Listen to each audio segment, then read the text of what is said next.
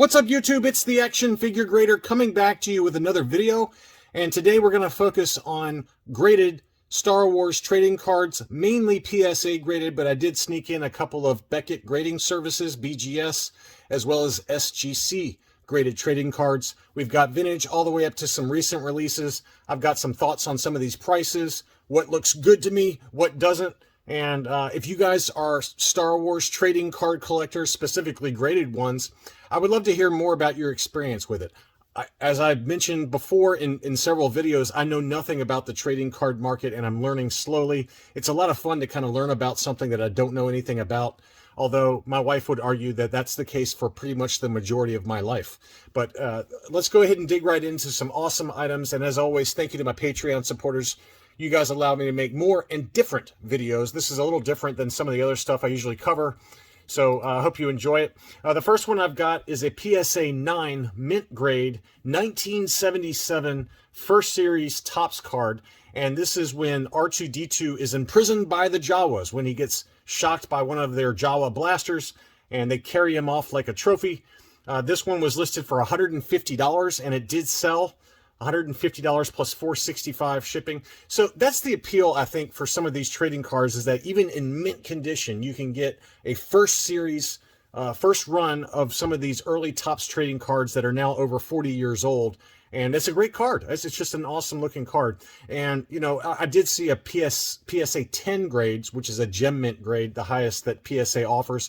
That one sold for a little over double this price. It sold for like $330. So the price drops down dramatically depending on the grade. And it seems like 9s and 10s, you know, they command a pretty big price. And then from there, they drop off pretty dramatically. And I've got some pretty good examples of that going on. Now, if you like this card, but you don't want to spend these kind of prices, you can also get some of the later releases. And a perfect example of that is the Sapphire Series from 2022 this year. This one's a gem mint card. It has a kind of a closer up image. It's the exact same card as you see here, but the image is sharper. It's got kind of a cool reflective refractor type of edge to the border, and it presents really nicely. This one sold in an auction on August 21st for $43 plus $4 shipping. So again, that's a gem mint 10. That's as good as it gets, but it's a brand new card. It's basically, in my opinion, just a reissue. And that's what these Sapphire cards are kind of known for, is that they basically just took that first series, or even some of the 1980s and 1983 cards, and they just kind of reissued them with brighter photos, maybe a little slightly different angles, or in closer in terms of the photo. They're sharper, brand new border that looks really nice and kind of refractive. And it's a lot cheaper than buying, you know, the original card. It's, you know, let's call it about a quarter of the price to get this kind of reissue card. So that's another option for those of you looking.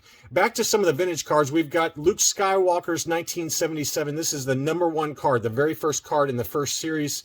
And this is kind of his quote-unquote rookie card, which shows Luke Skywalker in the Stormtrooper disguise. This one was a PSA 7 near mint card. That sold for $6.99, and it's crazy how quickly the price ramps up when you start getting into 8s and 9s and obviously in the 10 grades.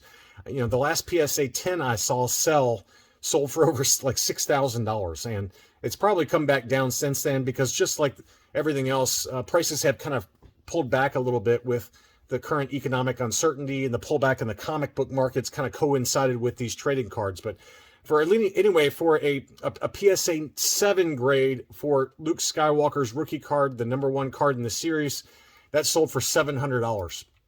We're going to do another Goldenrod. The Goldenrod, the error card, C-3PO number 207. And as you can see here, C-3PO is very, very excited about being slabbed in carbonite. This one was a PSA 6 that sold at auction for $202. And again, the prices ramp up from there for a PSA 8. The last sale I saw was kind of in the $440 range. But, you know, if you're willing to live with a little bit lower grade to the card, this one certainly presents pretty nicely. It's got some staining there at the top of the card, which probably brought the score down. There's also some edge wear around the corners. You know, in each corner you can see a little bit of rub around that card. So, you know, to me, I can't look at a raw card and tell you what it's going to grade at. Because I just don't have the experience with it. I've heard of people like using like the jeweler's magnifying glass and things like that, but it would be like an idiot trying to discern the value of something that he knows nothing about. So I can't look at a raw card and guess what it's going to grade at. But anyway, this one was a 6 grade, and it did sell for $202, and it ramps up from there. You're probably in the 300s for a PSA 7, and again, $440 to $450 for a PSA 8. And then obviously it ramps up pretty dramatically from there. Here was a PSA 8 grade Darth Vader. Pretty awesome card back. It's David Prowse is labeled on the card, and it's just kind of a single shot there. Pretty awesome, kind of timeless 1970s vibe to that card. That sold for $60. So again, you know, in a PSA 9, you're probably $150 or more. If you're willing to live with a near mint to mint score PSA 8, the price will drop pretty dramatically, and it gets very affordable for these early cards. This was a really cool one. This was a PSA 8 grade, and this is the Topps / Yamakatsu Japanese large card. So you can see how much larger this card is relative to the label. And on the back of the card, it's got this Japanese writing. There's 12 to 15 cards in this series, and they present really nicely, and they're kind of oversized cards.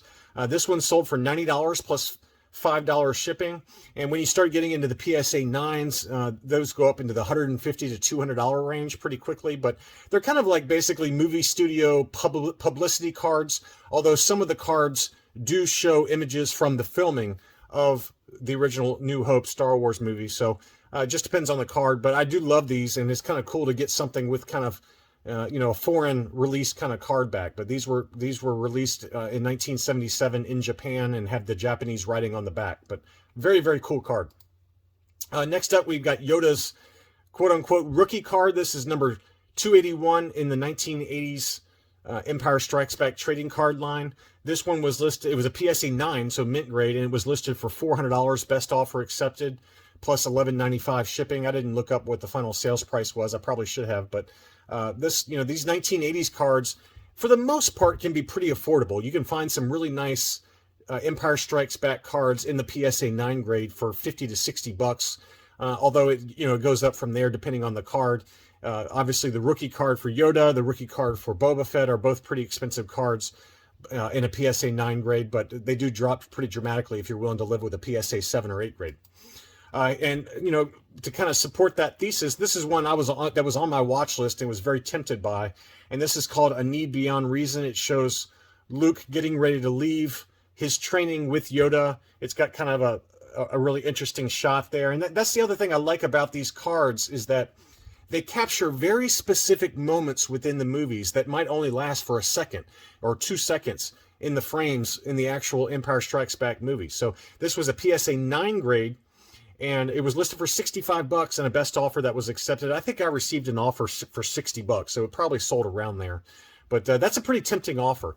One thing you also do have to keep in mind is that some of these cases do get scuffed up. And if you look right in here, it looks like there might be some scuffs on the card, as well as right here. And, some of those scuffs can come out with a little bit of, acrylic polish. But some of those, this one especially, could be very deep and may not come out. So make sure you know what you're buying. Make sure to zoom in, just like with comics. And some of those slabs can get really easily scuffed up. This one looks like it might have had some scuffing to it. But pretty cool card. And, again, I love those cards where it just captures very short kind of moments in the movie, very specific frames within the movie.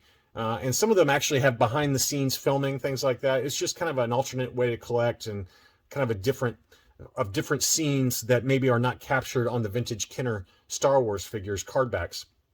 Speaking of Boba Fett's rookie card, this is it. This is number 11, and it's the Starfile Official Business Boba Fett card. This was a PSA 7 and sold for $26. I mean, you can't get much cheaper than that. Obviously, the grade reflects that. To go up to a PSA 8, it was listed for $115, best offer accepted. And then last month, a PSA 9 for the same card sold, and it sold in the $360 range. I've seen them sell for as high as $460. So again, the price ramps up really quickly depending on how low or how high the grade that you want for the card back is. I would assume in a Gem Mint PSA 10, you're probably talking close to $1,000, if not more than that. But a PSA 9 is kind of what my target would be for this card bag. It's just a fantastic card. I love that Starfile Official Business on the top of the card back, as I already talked about in my subscriber Q&A video. Next up, I've got a PSA 9. This is from the Return of the Jedi line of cards from 1983, and this is a sticker. And I've found that the stickers are very affordable and very high grade. Again, this was Leia Bush, and this sold in an auction for $29.88. That's basically what the cost is to slab these, if not more than that. Usually PSA, when you submit something, it's $19.96 and newer. And then anything pre-1996, you got to pay more for. So I think after shipping and everything, they probably ended up spending more to grade this card than what they got out of it in a sale. And I think it's because it's a sticker. It just seems like the stickers don't command nearly the price premium that the actual cards do, the cardboard cards. But that's a beautiful sticker, and kind of captures her in her Bush disguise inside Jabba's palace. Just an awesome looking sticker and very high grade. Likewise, here's another sticker from that same 1983 Return of the Jedi line. This was of R2-D2, and it was a PSA 9. That too sold for very cheap, $26 plus $4.75 shipping. So there are some good deals to be had in very high grade, and they're also still vintage cards. They're not modern cards. Now I want to dig into a little bit to the customizable card game of for Star Wars, and I think in my original video I called them collectible card game. It's CCG, Star Wars CCG. This is the customizable card game. And there's several different lines. This is the Star Wars Premier line, and this was the Japanese card from 1997. This was graded by Beckett's. And what I like about Beckett's is that they have subgrades, just like AFA or CAS or UKG has for vintage card backs. And they grade the centering, the edges, the corners, and the surface. And all of them were nines or 9.5s except for the corners. That's the most notable defect on these CCG cards. But this is a beautiful Japanese card, and this is of the Devastator, one of the Imperial Star Destroyers. And obviously the price reflects how rare and how high grade this card is. A Beckett's 9.5 is like a PSA 10. They're very, very strict grading. And for these CCG cards, it's very, very tough to get anything more than a 9. I mean, even if you go to PSA's population report for these Star Wars CCG cards, you might see 10 total across all characters, across all submissions. It's very, very tough to get a 10 grade. And with Beckett's, it's even tougher. You very, very rarely see anything higher than a 9.5. Usually you don't see anything higher than a 9 grade. And again, the price reflected that. This sold for $264 in an auction. Here was another one that the same seller had, and this was the Japanese Obi-Wan Kenobi, and this was, again, the Star Wars Premier graded BGS 9.